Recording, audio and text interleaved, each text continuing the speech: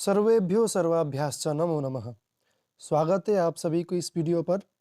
तो पिछले कई वीडियो में हमने वेदों के बारे में चर्चा किया है और इस वीडियो में भी वेदों के बारे में चर्चा करेंगे ताकि कहीं कुछ भी रह न जाए। ठीक, तो सबसे पहले इसी क्रम में ऋग्वेद के बारे में देखते हैं। तो ऋग्वेद के आचार्य है पैल और ऋषि पैल ने व्यास को ऋग्वेद के बारे में शिक्षा दी थी, यानी ऋग्वेद पढ़ाया था। तो ऋग्वेद में कुल मंडल है 10 मंडल और इसमें सूक्त है 1028 और कुल 8 अष्टक है। फिर अध्याय 64 है। मंडल क्रम में मंडल अनुवाक सूक्त मंत्र प्राप्त होते हैं और फिर अष्टक क्रम में अष्टक अध्याय वर्ग मंत्र प्राप्त होते हैं। ठीक, तो मंत्र कुल 10,580 है। फिर अनुवाक 85 है। ठीक, तो शाखा देखते हैं ऋग्वेद के। शाखा में साकल, बास्कल, आश्वलायन, सांख्यायन, मांडुकायन ऐसा करके प्राप्त होते हैं। फिर ब्राह्मण में आश्वलायन और सांख्यायन ब्राह्मण। फिर आरण्यक में आश्वलायन और सांख्यायन आरण्यक उपलब्ध होते हैं। फिर उपनिषदों में ऐतरेय उपनिषद और फिर कौशितकी उपनिषद प्राप्त होते हैं। तो प्रथम सूक्त है अग्नि सूक्त और अंतिम सूक्त है संज्ञान सूक्त। फिर ऋग्वेद में 33 देवताओं की स्तुति की गई है और देवताओं के स्थान के बारे में बताया गया है, जो कि 3 स्थान होते हैं, पृथ्वी स्थान, द्यु स्थान और अंतिम होता है अंतरिक्ष स्थान। ठीक, तो फिर देखते हैं यजुर्वेद के बारे में। तो यजु शब्द का अर्थ है इस प्रकार दिया गया है, अनियताक्षरावसानो यजुः। फिर गद्यात्मको यजुः। फिर शेषे यजुः शब्दः, शेषे यजुः शब्दः। ठीक, तो यजुर्वेद के 2 संप्रदाय प्राप्त होते हैं। एक है ब्रह्म संप्रदाय, फिर आदित्य संप्रदाय। तो जो आदित्य संप्रदाय है उसका वेद है शुक्ल यजुर्वेद। आदित्यानि इमानि शुक्लानि यजुंषि वाजसनेयेन याज्ञवल्क्येन आख्यायन्ते। इस प्रकार शतपथ ब्राह्मण में प्राप्त होता है कि आदित्य नामक यह शुक्ल यजुर्वेद याज्ञवल्क्य के द्वारा बताया गया है, यानी इसके ऋषि याज्ञवल्क्य है। ठीक, तो याज्ञवल्क्य के पिता देवराज परम दानी थे। अन्नदान के कारण उन्हें वाजसनी भी कहते थे। तो याज्ञवल्क्य के पिता है वाजसनी और याज्ञवल्क्य वाजसनी के पुत्र होने के कारण उनको वाजसनेय कहा गया है। देवराज ने अपने मामा वैशंपायन से यजुर्वेद की शिक्षा प्राप्त की थी। ठीक, तो याज्ञवल्क्य की 2 पत्नियां थी, एक तो है मैत्रेयी और एक है कात्यायनी। ठीक, तो शुक्ल यजुर्वेद की मंत्र संहिता वाजसनेयी संहिता के नाम से विख्यात है। ठीक, तो प्रसार इसका उत्तर भारत में देखा जाता है। शुक्ल यजुर्वेद में कुल 40 अध्याय प्राप्त होती है और इसका विषय वस्तु कुछ इस प्रकार से है। पहला और दूसरा अध्याय में दर्श तथा पूर्णमास इष्टियों के बारे में वर्णना किया गया है। तो यह याग जो है यह हविर याग है। ठीक, तो तृतीय अध्याय में अग्निहोत्र और चातुर्मास्य याग के बारे में बताया गया है, यह भी जो है हविर याग है। ठीक, चौथे से 8वें अध्याय तक सोम याग के बारे में वर्णना किया गया है। फिर 9 और 10 अध्याय में राजसूय यज्ञ के बारे में वर्णन है। फिर 11 से 18 अध्याय तक अग्नि चयन विद्या के बारे में वर्णन है। फिर 16 अध्याय में शतरुद्रीय अध्याय कहा जाता है इसको, और शतरुद्रीय होम के बारे में वर्णन है, जहाँ पर पाया जाता है रुद्र के बारे में। नमस्ते रुद्रमन्यव उतोतई खवे नमः ऐसा करके मंत्र प्राप्त होते हैं। ठीक, तो 31वें अध्याय में पुरुष सूक्त है, जहाँ 22 मंत्र उपलब्ध होती है और ऋग्वेद में भी पुरुष सूक्त प्राप्त होता है। 10वें मंडल का 90 नंबर सूक्त जो है वह पुरुष सूक्त है। ठीक, तो 32वें अध्याय में फिर हिरण्यगर्भ के मंत्र प्राप्त होते हैं और 34वें अध्याय में शिव संकल्प सूक्त प्राप्त होता है, जहाँ पर मन देवता है और मन के बारे में वहाँ पर चर्चा की गई है। ठीक, जज्जाग्रतो दूरमुदैति दैवम, ऐसा करके मंत्र वहाँ पर 6 मंत्र उपलब्ध होते हैं। 36वें अध्याय से 38वें अध्याय तक प्रवर्ग्य याग के बारे में वर्णन है और अंतिम जो अध्याय है 40वां, वहाँ पर ईशावास्योपनिषद है, जहाँ पर ईशावास्यमिदं सर्वं यत्किंच जगत्याम जगत तेन त्यक्तेन भुंजीता माँ गृधः कस्य स्विद्दिनम्, ऐसा करके प्रारंभ होता है और वहाँ पर कुल 18 मंत्र है।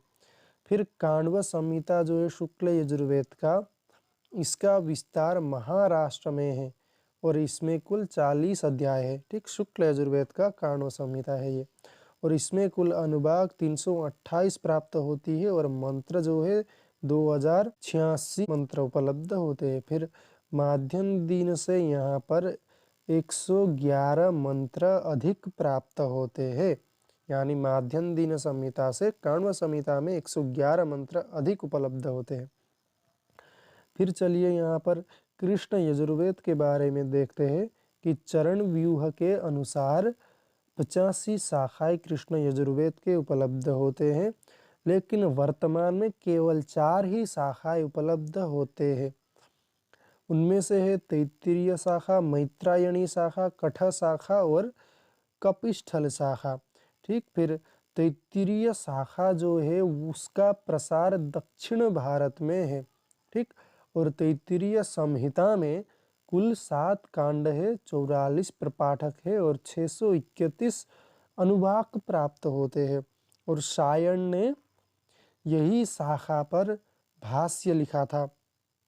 ठीक, फिर मैत्रायणी शाखा, यह गद्य पद्य दोनों यहाँ पर प्राप्त होते हैं।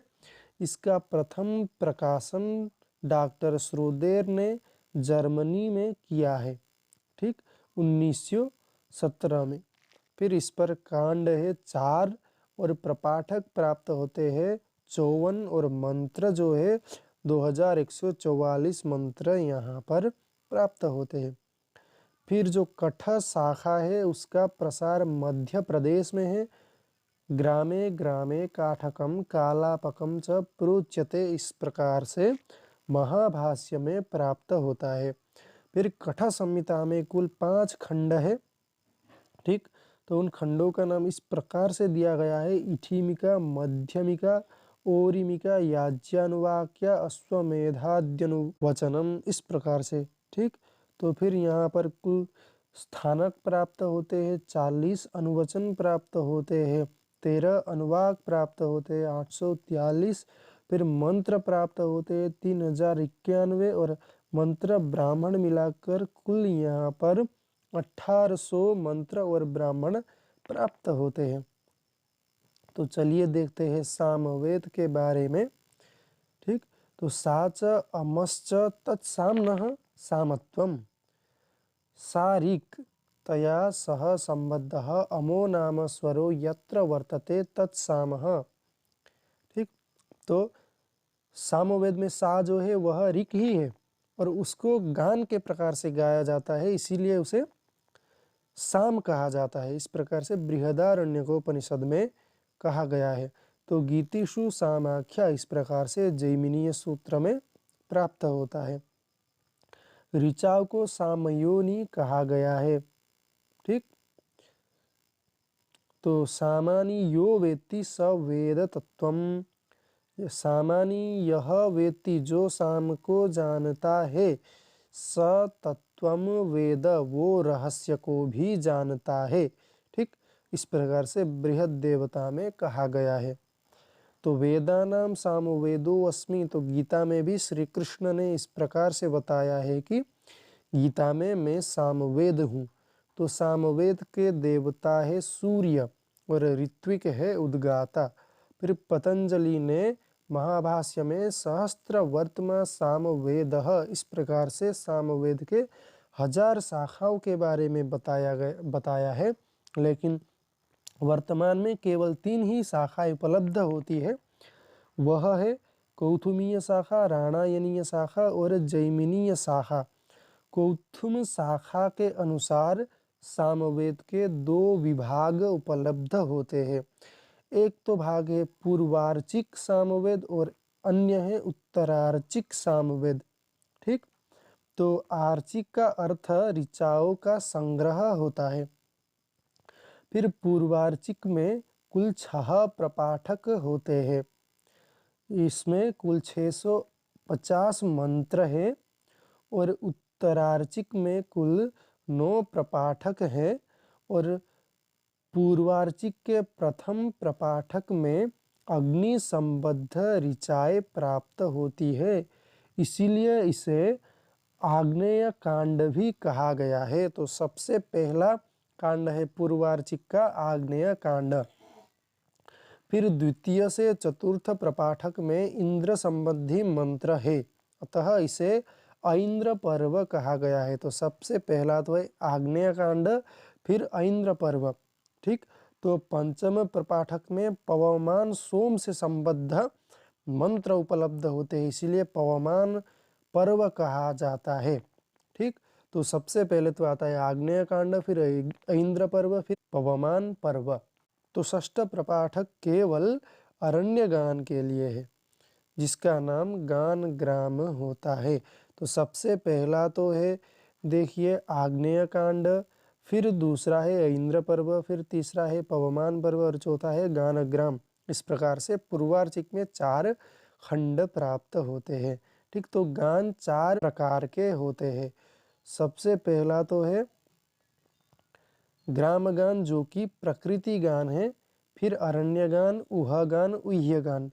ठीक, तो उह्य गान को रहस्य गान भी कहा जाता है। तो उत्तरार्चिक में अनेक मंत्र पूर्वार्चिक से ही लिए गए हैं। ठीक, इनमें 7 प्रमुख अनुष्ठानों का निर्देश है। तो वह 7 अनुष्ठान है दशरात्र, संवत्सर, एकाह, अहीन, सत्र, प्रायश्चित्त, क्षुद्र।